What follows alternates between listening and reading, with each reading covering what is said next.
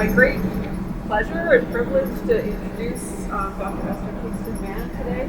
Just personally, Esther is one of the first people I met when I came to interview at UMass Boston several years ago, so I'm especially excited that she's doing the talk here for us today about her work. Dr. Kingston Mann is Professor Emerita of History at the University of UMass Boston, where she taught for several decades. She has a long-standing relationship with this institution, and she's transformed it in a lot of really important ways, some of which I'll be able to tell you about, but her accomplishments are so many and so varied that it was really, I'm not going to say everything on this sheet, but there's a lot to list. So in addition to the scholarship, which I'll say something more to you about in a moment, Professor Dr. Kingston Mann is the founder of something some of you may have heard of, the Kingston-Mann Awards for Student Excellence in Diversity and Inclusion Scholarship at UMass Boston, which was created in 2005. She's former director of UMass Boston Center for Innovative Teaching and founding director of the New England Center for Inclusive Teaching. So in addition to her wonderful scholarship, which we'll hear something about today, she's also had this sort of parallel important life and leadership and scholarship around innovative and inclusive teaching. Let's see. She also the author of UMass Boston's first sexual harassment guidelines in 1990, which seems like a fitting detail to include for today's audience. She's a first-generation college student from Detroit, which I think is also an important thing to know about her background. She got her PhD in history at Johns Hopkins University. Her expertise as a historian lies in Russian and Soviet history, particularly in the 19th and 20th centuries. Her more recent work, which she'll talk about today, is more comparative history, focusing particularly on property rights and gender. When I first met her and talked to her, was about her common interests in women in agrarian history and peasant history. And so that's a part of an important part of her background as well. She's previously been a fellow at the Davis Center for Russian American Studies at Harvard. She has, over the course of her career, earned many awards and fellowships, including on our campus, the Chancellor's Award for Distinguished Scholarship in 2005, and the Distinction in Teaching Scholarship and Service Award here in 1987. She has received fellowships from the Guggenheim Foundation, the Rockefeller Foundation, the American Council of Women's Societies. She has also published extensively in her areas of expertise. Her earlier books include In Search of the West, Culture, Economics, and Problems of Russian World Development, published by Princeton University Press, Peasant Economy, Culture, and Politics in European Russia, in 1921, Lenin and the Problems of Marxist Peasant Revolution, and then, again, in this parallel life, I don't know how you have the time, but it's amazing, also published important books on her other interest in inclusive pedagogy. So two books just to draw your attention to that she co-edited, Transforming Classroom Culture, Inclusive Pedagogical Approaches, and Achieving Against the Odds, How Academics Become Teachers of Diverse Students. She also has innumerable journal articles and chapters about her pedagogical work and about her historical scholarship. Currently, as I mentioned, the most, and I know Esther will be talking about it, but I'll show it as well. She's speaking from her book, Women, Rights and Rural Development, How Much Land Does a Woman Need, which is a really interesting comparative history of women and property rights in very distinct historical settings, which I believe you're going to talk about, so I won't spoil things by saying it first. I believe this her talk today will focus primarily on Kenya, but her work now has come from a very comparative place, which is unique and really important. I think I will stop there, although I could keep going endlessly. It's really so it is my great pleasure to introduce Dr. Kingston Mann, and also thank you all for being here today for her talk.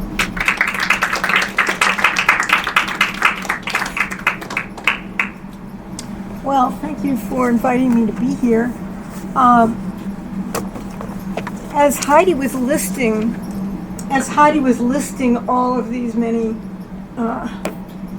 research projects that I've been involved in, what came to my mind, especially for any of you who have plans to become a researcher, there were 10 years in which I could not publish anything in my field, which was not interested in studies of women.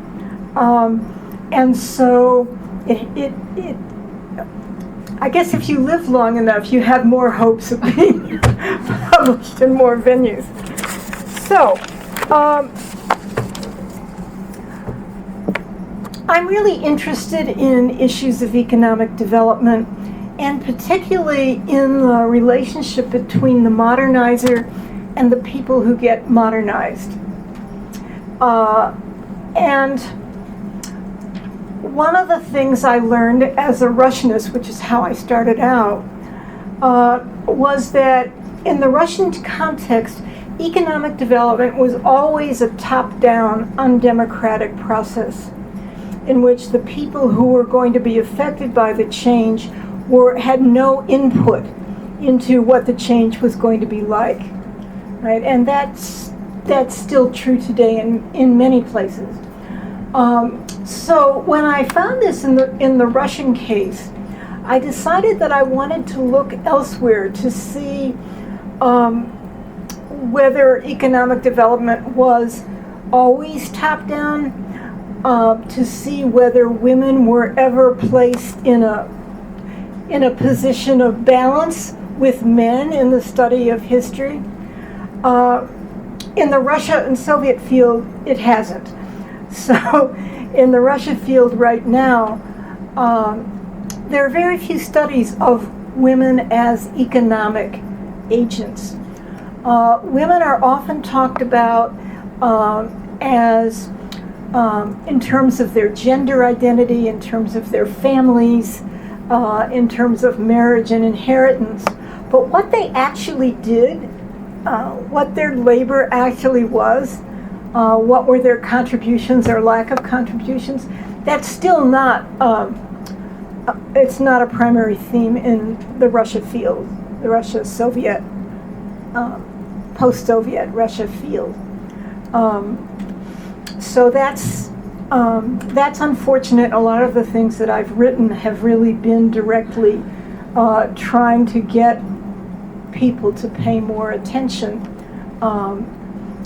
to the role of women in economic development and to their role not just as in terms of their identity and family or inheritance, but actually in terms of what they actually did to make their families survive, and also the question of innovation, which almost never comes in when you talk about women in development. So, I was interested in studying Kenya in Africa, especially the Kikuyu in Africa, who are the largest ethnic group in Kenya.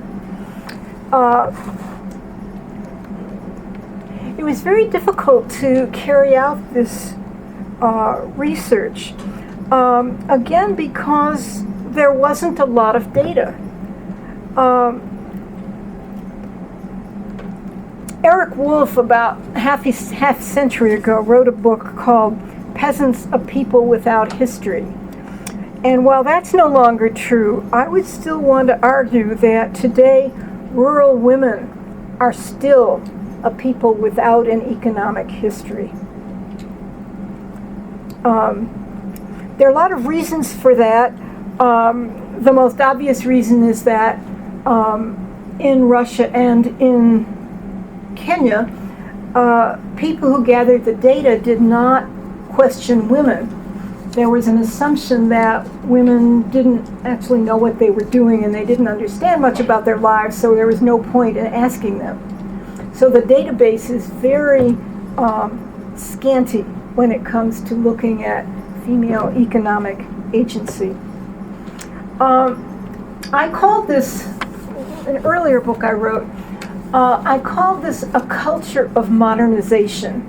And what I mean by that is that in the 17th and 18th century, when the scientific revolution began, or is said to have begun since,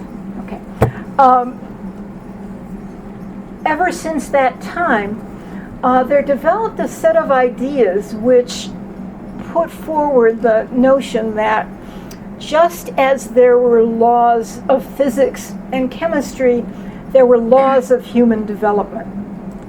And so according to this culture of modernization, everyone in the world in every time and place moved from a primitive stage of peasants, of backward peasants, and that was the assumption.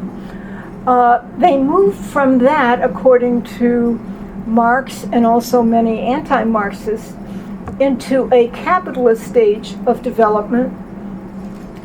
And if you were Marxist, you would argue that they went further into socialism.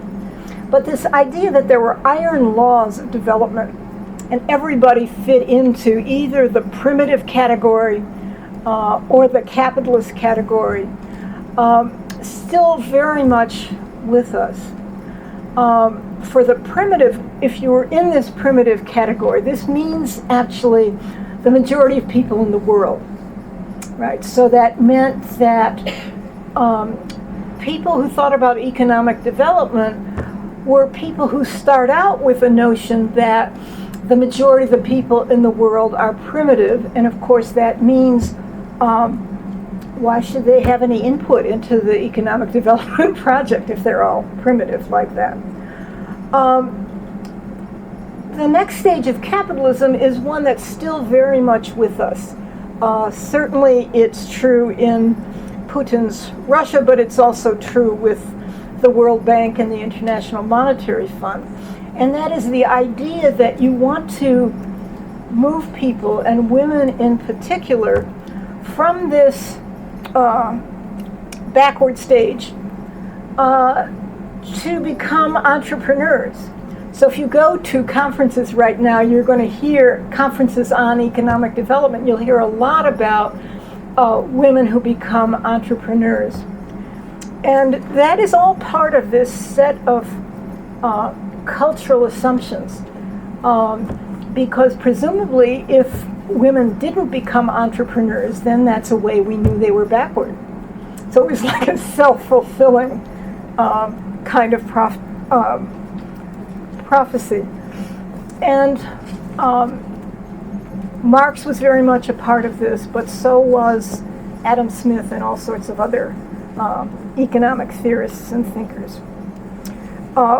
What all these laws of development had in common is that they really didn't include women in them, except that women were sort of an aspect of men. Women were so totally dominated by their husbands that they didn't have a separate identity, either in the primitive stage or in the capitalist stage.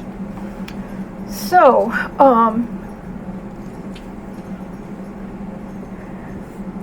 the kind of data scarcity problem begins to diminish after, in the Kenyan case, in the African case, when many of the nations, the peoples of Africa become independent, and you begin to have perspectives on history and economics and all kinds of other issues that are coming from people that are studying women and think that's an important thing to do.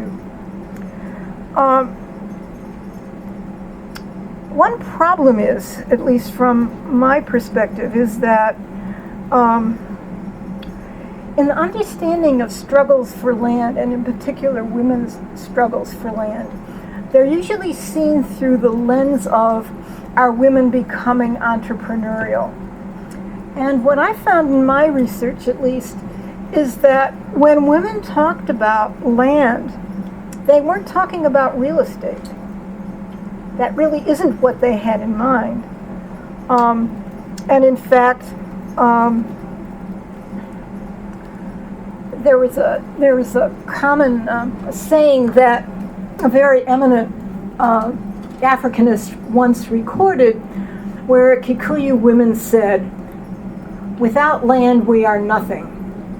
Well, again, that's not real estate you're talking about. You're talking about another kind of set of issues that really don't fit within this culture of modernization. Right? It doesn't fit within this idea of there are these stages that people go through, from primitive to capitalist to socialist or whatever.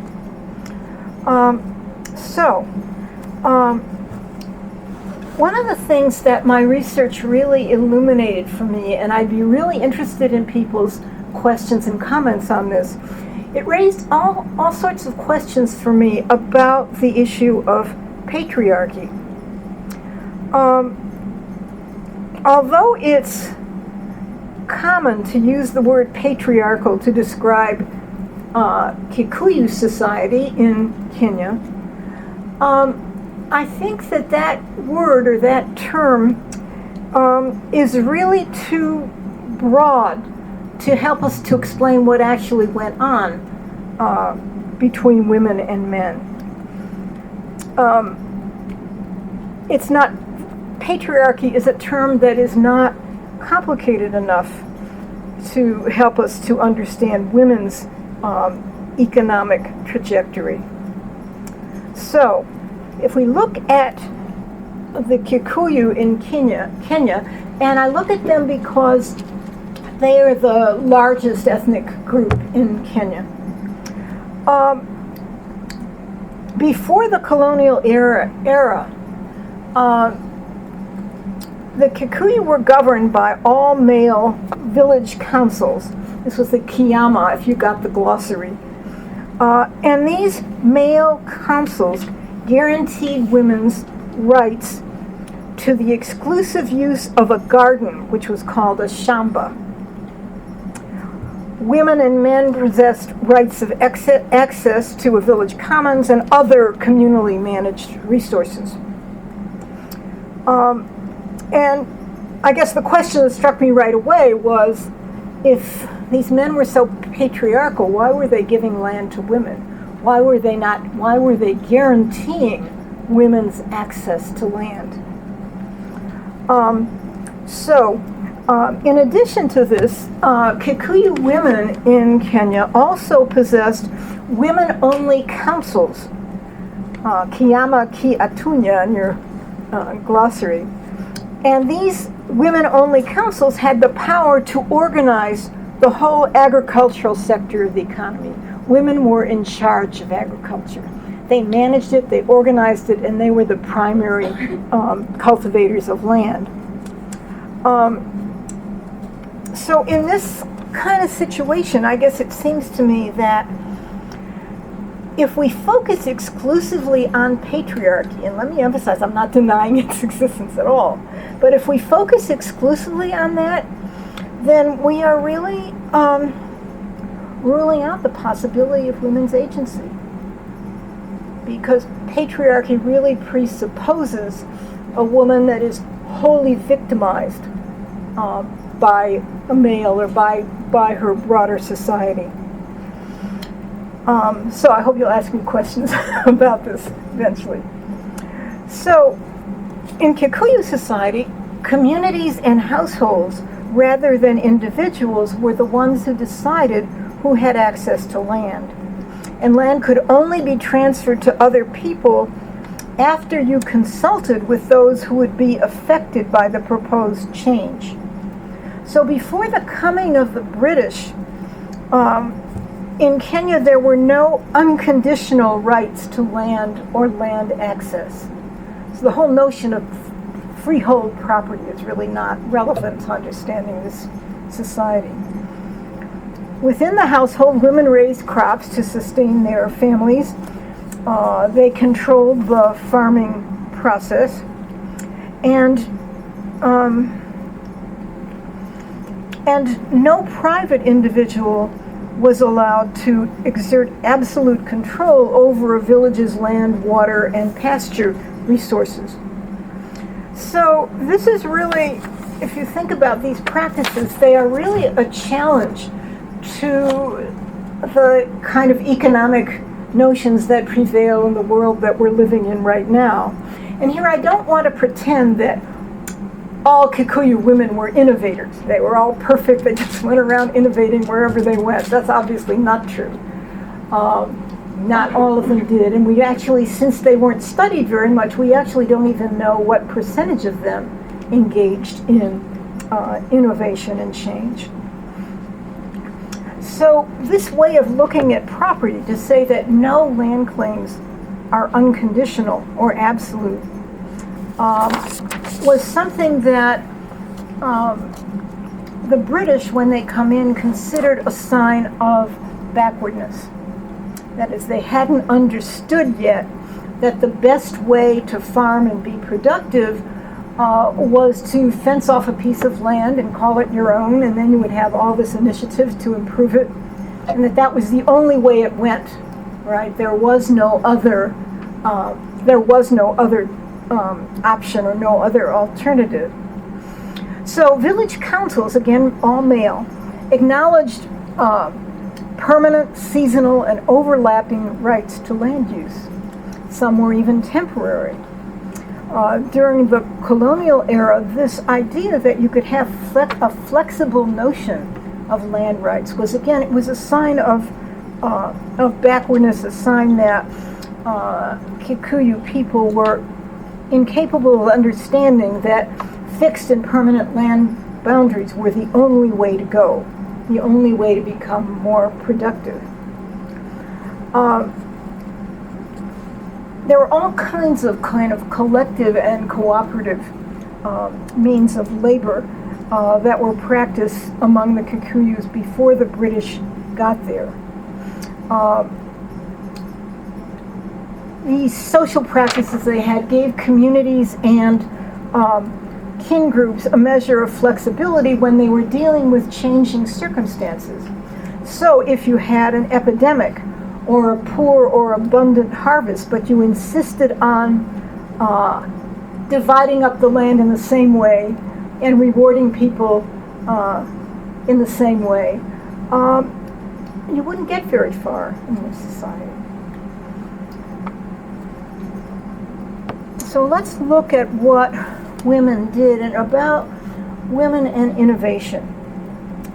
In most of Kenya, the soil is very thin. It's not always fertile, and it's easily exhausted. So women, using the methods they learned from their mothers and grandfathers and aunts and sisters, organized a practice of shifting cultivation. And what this meant was that you would farm the land intensively until it gave out. And after that, when the soil showed signs of exhaustion, you moved on to another uncultivated land, that is fallow land, and used it until the first one recovered its fertility. And to deal with the unpredictably short and long rainy systems and the wide variety of soil variations that prevailed in Kenya, women need to always figure out which crops grew best and how to prevent land erosion.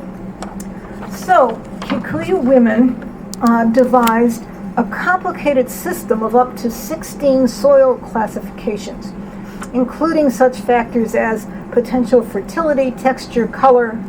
They developed strategies for the cultivation of scattered plots over several agroecological zones to spread environmental risk. For Kikuyu women, the collaborations that they enjoyed and the Kiyama's guarantee of their land ensured that they possessed a measure of solid economic ground beneath their feet. When these were eliminated by the British, that ground gave way. When the British come in, or actually let me pause for a second. Does anybody have questions? Are there any things I'm saying that don't make sense or are counterintuitive to anybody? Yeah. Can I just ask a question about the way the land was? So there's a council of people who determined the kind of communal land property and yes. who used it when? Yes. The male council decided on the size and the location of gardens that were unconditionally provided to women. That was the only, actually, that was the only unconditional guarantee that we have in this structure. So communities had a lot of power, and while I'm sort of touching on that, one of the things that economic history and economic analysis hasn't been very strong on are communities as economic actors. Right? It's always individuals or it's the state. And I think that has to do with a lot with our culture and the ways that Western culture developed and people were taught to understand the world. But when we come in close enough to it, that's not always what happens. So, let's see where okay, so let me say something now about the coming of the British, which happened in the 1900s. Any other questions, actually, before I go on? Okay. So the British come to Kenya in the late 19th and early 20th century. And they easily conquered Kenya. That wasn't its name, but they named it Kenya. And I think it's really important when we look at how they came to colonize the land, that Britain in 1900s was the most powerful nation in the world and the wealthiest, and because of the power and wealth, had become a model for nations all over the world who wanted to become, to be crass, as rich as England was. Right? So, the British in the late 19th century and in the early 1900s established on top of the Kikuyu society a male-dominated race-based colony and awarded themselves the rights to issue regulations, which they called laws, that were binding on the entire indigenous population. They got the land through a variety of applications of British law and then special inventions that they contributed to justify their domination. First thing they did was to issue a series of colonial decrees that declared all unplanted land, that is fallow land, unused, empty, and available for forced private sale to European settlers as their exclusive private property. Well, since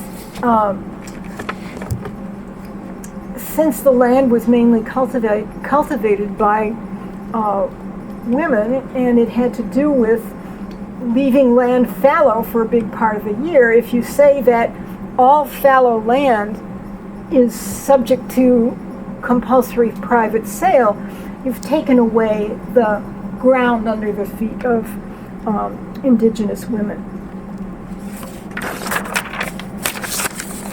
They then developed another thought, and here I'm saying more about the British than I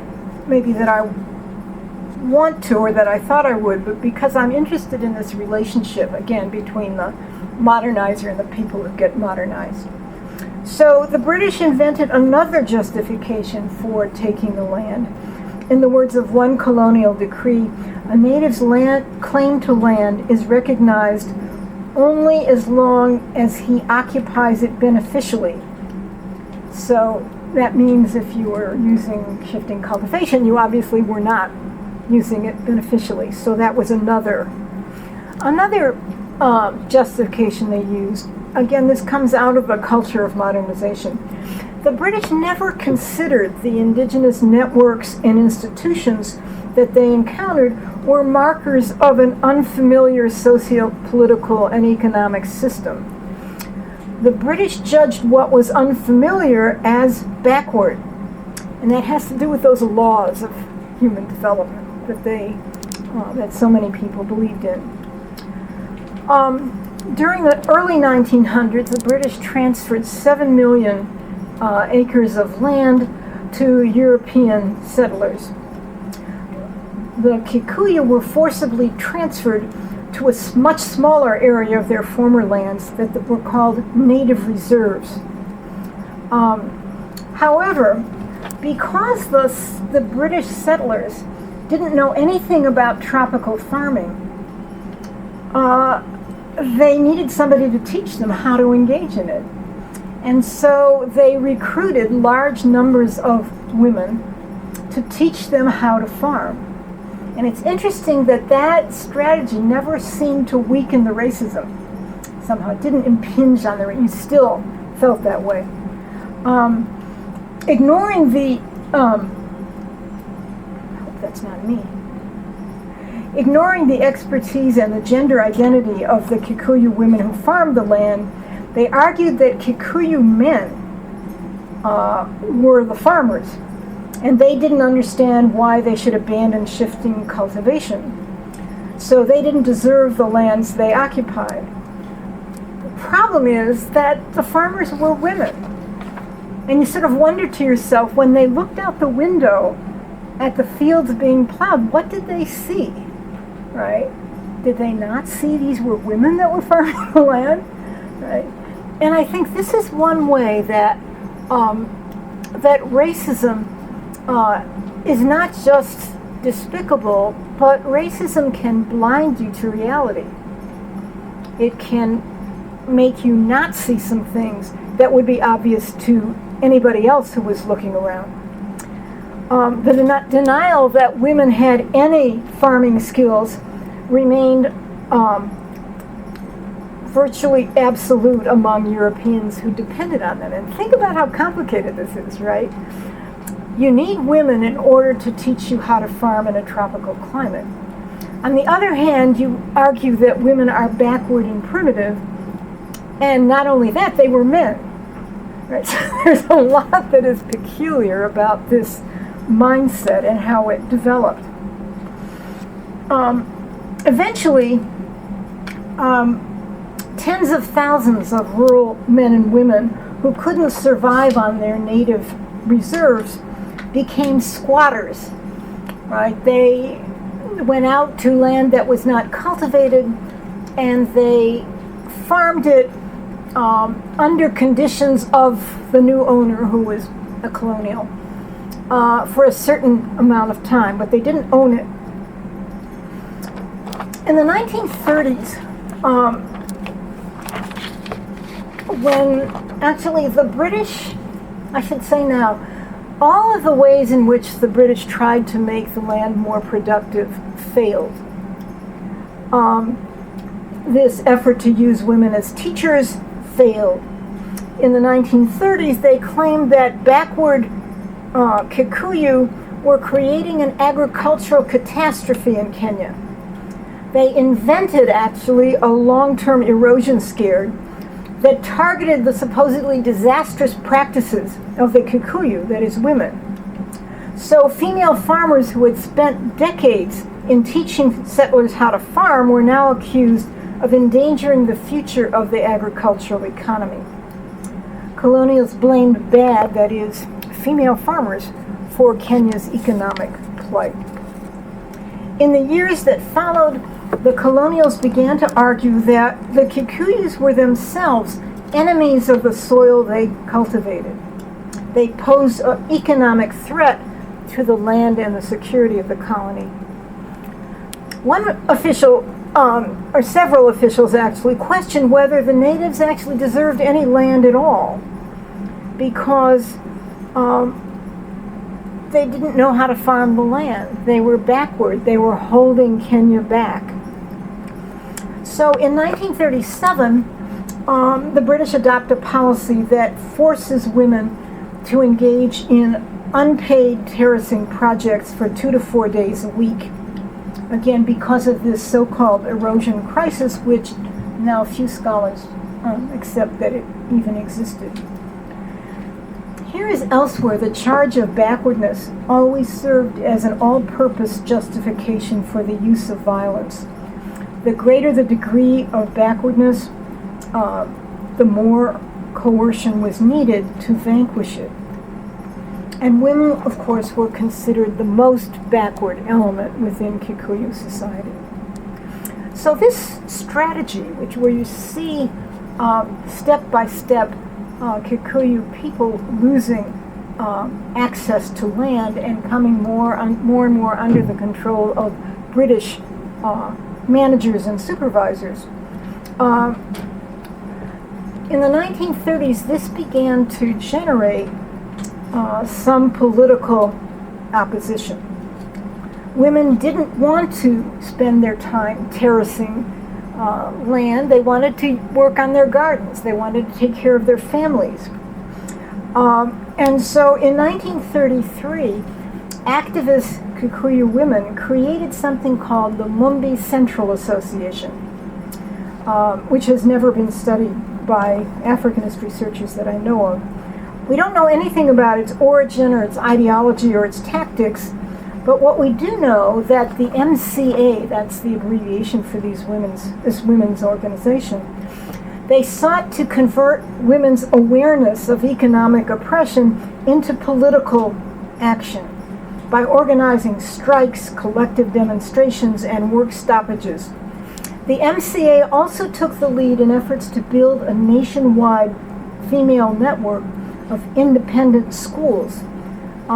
They didn't want women to be forced as their only option to go to colonial schools. Their efforts were not supported very much by males-only organizations and political associations. During the 1930s and 40s, when thousands of Kikuyu women refused to comply with these demands, the MCA played a major role in organizing anti-terracing demonstrations and other acts of disobedience to new and more restrictive work rules. One thing they did was to build terraces, but ones that were very shoddy and badly constructed. So one settler complained, whenever a supervisor turned his back, women would break down the terraces they had just built. This is a form of rejection and opposition. What women wanted to do was to cultivate their gardens, which they still had, and to use them to meet the food needs of their family. The British decided at this point that they were going to create a contingent of farming instructors who were going to go out to women in their villages and teach them how to farm. So the first thing they wanted to do was to get women to abandon their practices of intercropping, of growing crops that enrich the soil, and the idea was that what you wanted to have was absolute straight rows that people would plow in consistent manner, row by row, and then you would become more productive. Well, that just didn't work in Kenya, where the soil was really not fit for that. But again, this idea that there were universal models for how you farmed, right, was what underlay this kind of these kinds of projects. So they sent out teachers who were to train women to grow crops like English potatoes rather than the yams, which were actually much more appropriate to that context. They taught women to practice monoculture, again, to not plant crops that would enrich the soil. And in a way, they had a kind of factory model for agriculture. That is, just as in industry where you use the division of labor and specialization to increase productivity, that was what you wanted to do with land as well. And I can't help mentioning that in my other work on Russia and the Soviet Union, there was a point in the 1930s when Joseph Stalin sent out a decree which ordered people all over the Russian landscape to plow a certain number of inches below the surface, as if all of Russia was the same. You had a universal law about how to farm the land, and of course this didn't work very well. But what's interesting about these projects and plans that Stalin had, or that the British had, was that failure did not seem to lead them to reconsider their practices. In fact, often their commitment became greater, right, to this, because it's obviously only backward people who don't understand who want to do this backward thing.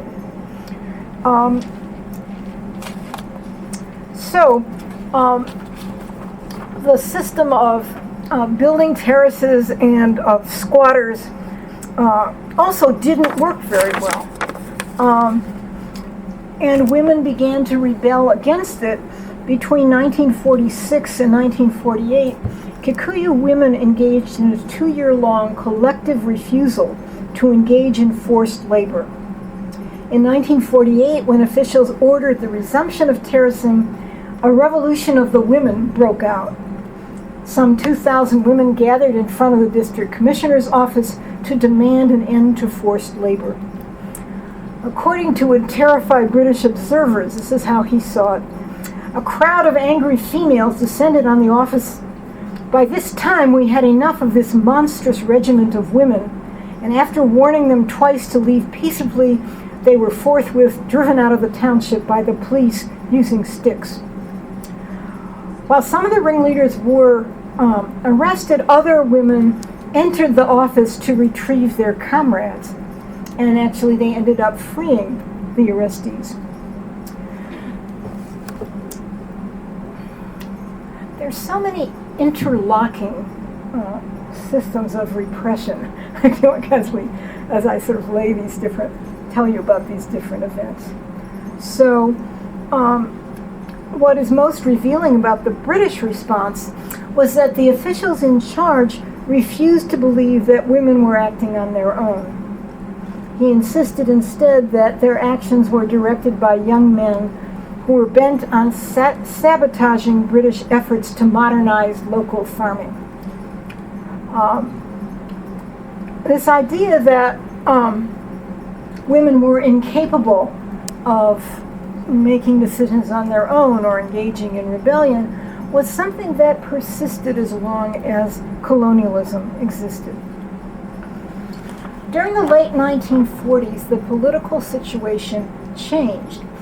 A lot of it because of this unrest around the squatters, the women's rebellions, and you have the emergence in the late 1940s of the Mau Mau movement. And this was a predominantly Kikuyu movement of dispossessed squatters who emerged to challenge the colonial rule of the British. Mau Mau leaders and supporters demanded an end to the half-century of European land appropriations and forced relocations that were imposed by officials and loyalists. In contrast to the earlier all-male radical groups that had existed before, the Mau Mau actually appealed to women. They forged partnerships and political alliances with women and with non-Kikuyu radical groups. Some women became generals and soldiers in the Mau Mau army. The Lumbee Central Association, the women's radical organization, enthusiastically joined and recruited thousands of women to the revolutionary cause.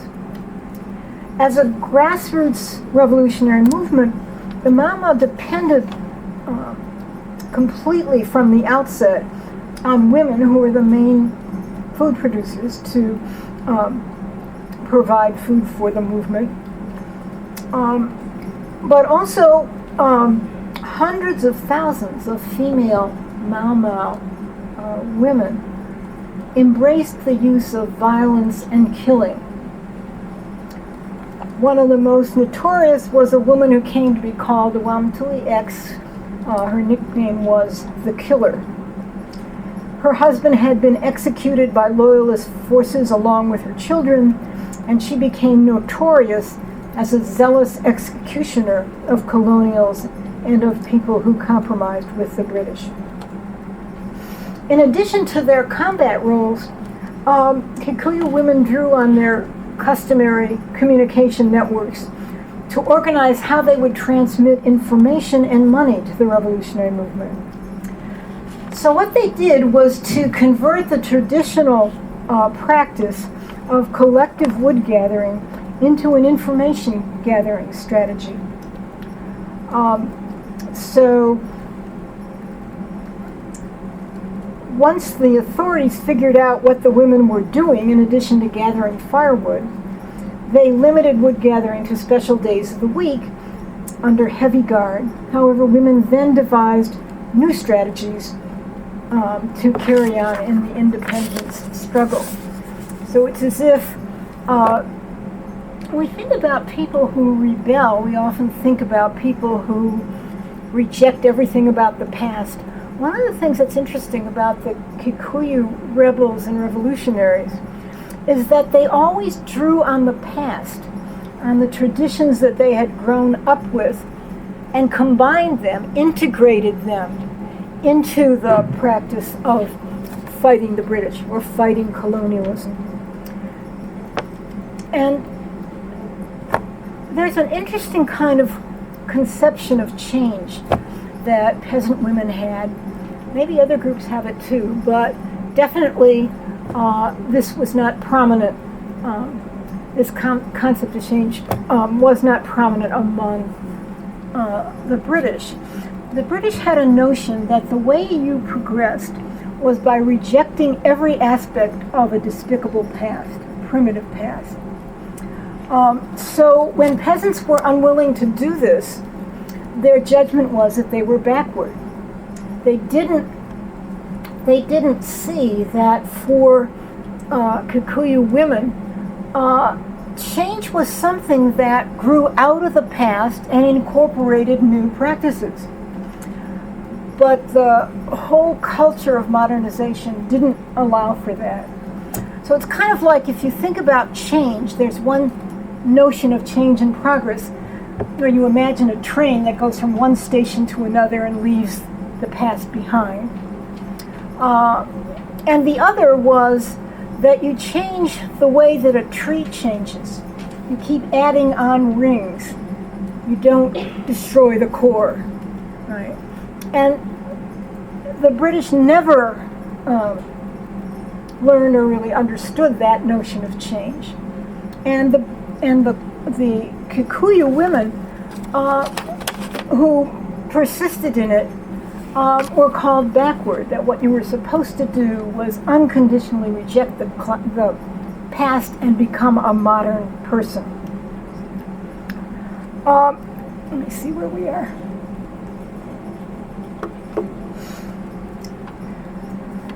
In the 1950s, the violence organized by the Mau Mau became so severe that the British declared a state of emergency and dispatched English troops from England to support the Kenya colony.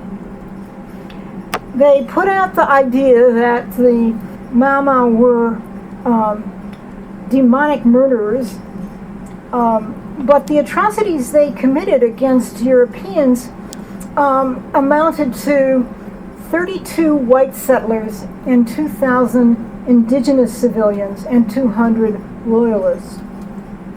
In comparison with that, the colonialists killed several hundred thousand, but it was the Mau Mau that were described as being brutal and demonic. The British also created concentration camps that were surrounded by spiked trenches, barbed wires, and watchtowers. Many died. Something like 100,000 died in the concentration camps. Women and children were routinely raped by white and loyalist security forces. But one of the most horrific forms of torture that I encountered, women were compelled to bury their dead themselves, and then they were forced to chant, "This is independence. This is independence. This is what independence looks like."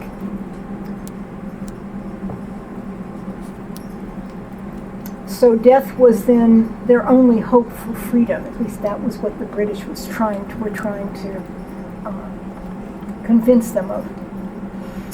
In 1954, we have the final colonial solution. And this was a plan for the wholesale privatization of all land. and it privileged exclusive private land rights for men and took them away from women.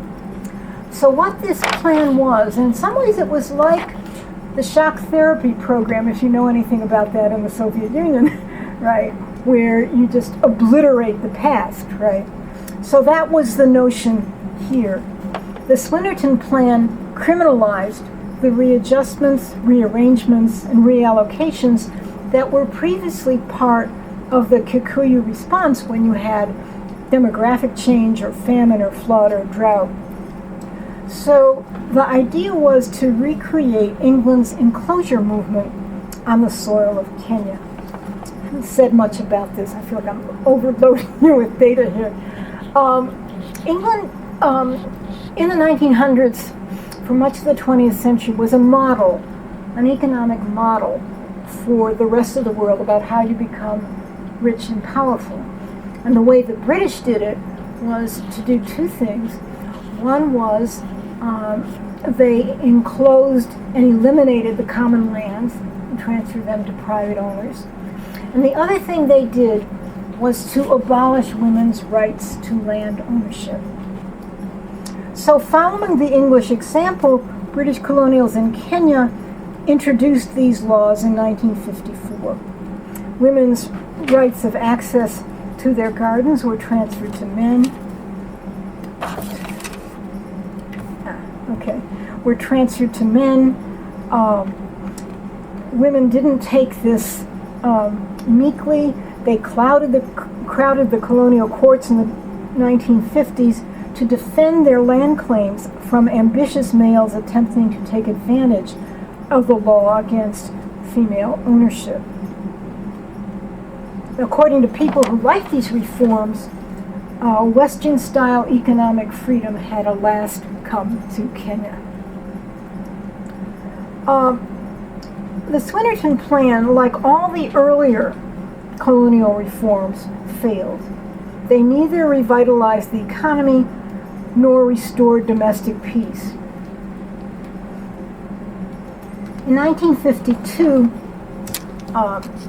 let me skip this.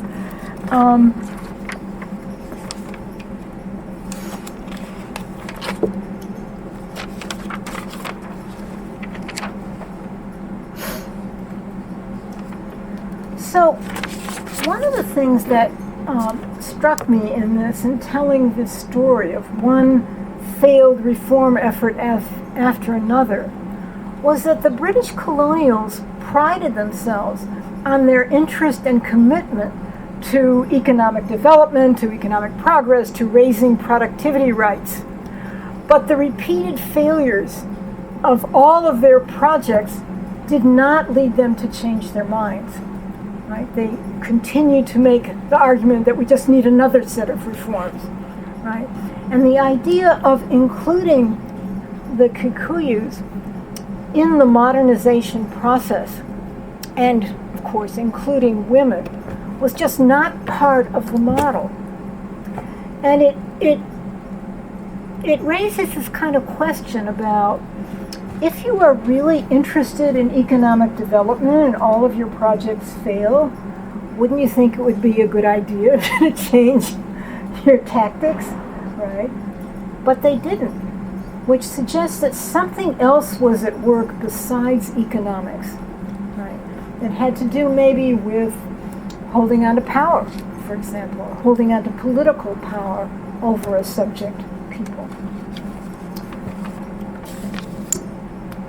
Okay. The Mau Mau movement finally wins independence from the British. But it turned out, and it's sort of unfortunate, that Jomo Kenyatta, who becomes the president of Kenya, was educated in England and believed a lot of the same things that the British did about economic change. So he maintained for a time the notion that women shouldn't own land. He did not try to return any land that the British had taken back to their original owners. And what he did instead, or his solution, was to invite members of the World Bank, the International Monetary Fund, and other international lending organizations to provide support for the new Kenya. And so they did. And what happened was that these sort of international capital, if you will, guaranteed Kenyatta's survival, but it also guaranteed the survival of these private property reforms. So, what are the lessons, right? What lessons have we learned here?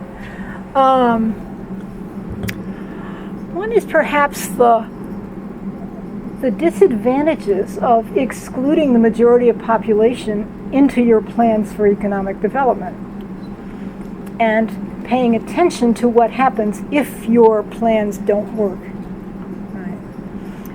I think that modernization, I'm sorry, it turns out that modernization, as I said earlier, was always an undemocratic process because it always involved experts who developed plans for the people that were to carry them out. But the idea that the people living in the society should have any input in the decision-making process was just not on the agenda. And to a great extent, this is still true of Kenya today, where international banks and lending organizations fund development plans that don't include the input of the people living in the society. There was a last story, but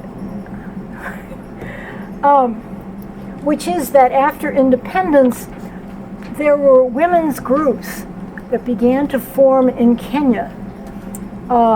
They were cooperative women's groups. They taught women how to cultivate the land in a more beneficial way. They spread knowledge of economic innovation. And by the 1980s, there were close to 200,000 women that were part of this scheme. But they were not enough to counter the kind of power structure that was imposed from above. Okay, that's it. So, questions, anybody? Yeah. So, I was sorry to hear you said we don't have a lot of information about the ideology or the tactics of the MCA. Yes. Because as we have this parallel track of economic modernization, I was curious about, was this sort of labor movement, am I applying colonial terms even by calling it a labor movement? How would you, as much as we know, how would you characterize it relative to, like a Samuel Gompers labor movement? Was it something completely of its own, a completely different organizing effort? Yeah, that's a really good question. It built on the kinds of networks that it uses. Sure, I'm sorry. It built on the kind of networks that had existed before. The traditions of collective action, of mutual aid,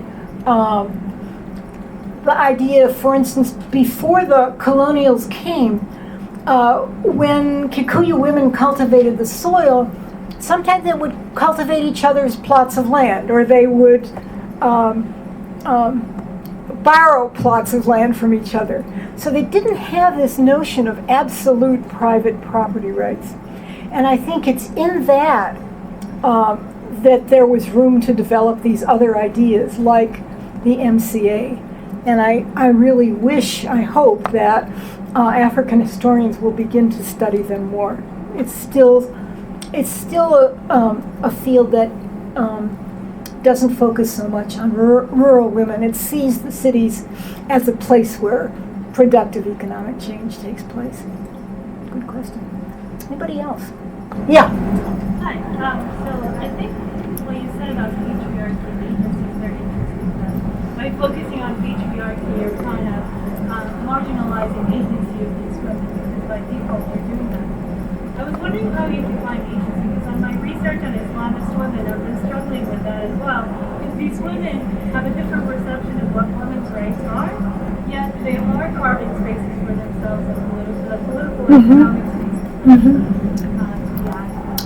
That's a really good question, and I don't know much of anything about Islamic women, but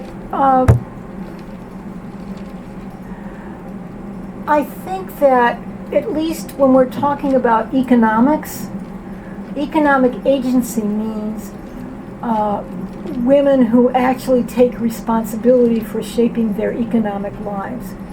And in the studies I've done, they introduce innovations which are not seen usually by the people in power. And in time of revolution, they do come out. You do hear about them. Yeah, thank you. Yeah. Thank you so much for this. This was great. It also, I found it slightly depressing. And I think probably because, because we say the same, we see the World Bank and we see the World Economic Forum repeating the same issues. So one of the things that I'm always interested in is how does, like, for example, your research or other, like, how can researchers or academics help to influence and advocate for the type of change that we see as necessary in things like economic development. So, for example, really trying, there's a lot of conversations about including making practices participatory, including community. But I see, and listening to in this type of work, like there's such an opportunity to say, like, we have been here before, and now I see, the work that I do, now I see the World Bank funding things around technical transformation, and they're doing the exact same thing. Exactly. Top down. Yeah. Well, I think it's important to ask, I don't know if you can hear me, I hope you can. What would a democratic process of development look like? What would it do? Like, how would it operate? And we are barely at the beginning of trying to figure that out. So that's one place to look. Another is if you're a researcher and you want to be a researcher, to really pay more attention to set aside some notions of gathering and embrace another view. And there's a quote that I would want to see. Actually, see if I can find it. There are two wonderful Africanist historians, and Shadrach Asango and Tabitha Ayat. And what they say is that to liberate women and men, we need to focus on the initiative and agency of women more than we focus on the extent to which they have not shared in the benefits of economic development. So I think that for me is a kind of answer to that, because I often think when I'm at conferences and hear people giving papers of various sorts that if you think people are so backward, why do you want to do work with them? If they have no agency, if they have no, then why would you want to engage in this as a task? He'll get you anywhere. Yeah. I was just wondering about the Kikuyu women. Obviously, a lot of resistance and organization, despite the colonial attempts to. I wonder whether historically migratory groups in Kenya, Kikuyu tend to have a matriarchal society, which traditionally women and chiefs taken back. They call the house of moving as an entity. And to what extent that pre-colonial social structure in which it was more of a matriarchal society, women being chiefs, men tend together. This is kind of what was associated with Africa. But to what extent maybe that played a role in actually removing them and initially making them be the first women, maybe the colonial system in Africa to push back as opposed to other women? I think so. I mean, I think the idea that Esther, can I ask you to speak to the mic? It's very difficult for people to hear. I'm sorry. it's more comfortable. comfortable for me to sit down there, but all right. I think that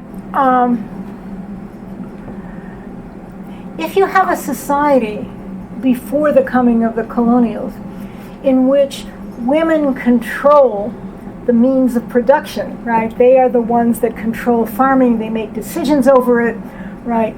That's going to affect how you will go on in the future because you have an experience of more or less independent decision making, right? Which people in many other societies didn't have. So I think, what you've hit on is very important, and I think is a key, that the history is not an obstacle to change. It's a resource for change, right? Yeah, thank you. Anybody else? Questions? If I didn't shut you all up. Yes. So you said earlier that looking at it from a patriarchal standpoint rules out women's agency. Could you speak louder? Sorry. You said earlier that looking at it from a patriarchal standpoint rules out women's agency. But a lot of feminist philosophers that I've read have actually said that looking at it through the lens of patriarchy can actually also help look at it through women's agency. You help what? I'm sorry. It can help with finding women's agency because a lot of times when you're looking at it through through the patriarchy, you can find structural issues that are that they have to deal with in the society. Like for instance, the problems that the British ended up bringing to Kenya and